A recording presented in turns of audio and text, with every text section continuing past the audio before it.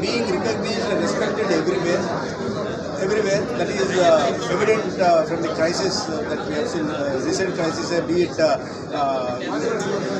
Iran and US war crisis, or before that crisis between Ukraine and Russia. We could derive benefits out of it. So that shows the leadership abilities of Narendra Modi. The country is safe and on the track of development now. The country which was a country of imports now has emerged a country of exports. The days to come, this trajectory will go forward, and if you see the growth rate, India is not compared to any other country. It's consistently at the 8% growth, registering a 8% growth rate. That means the leadership matters.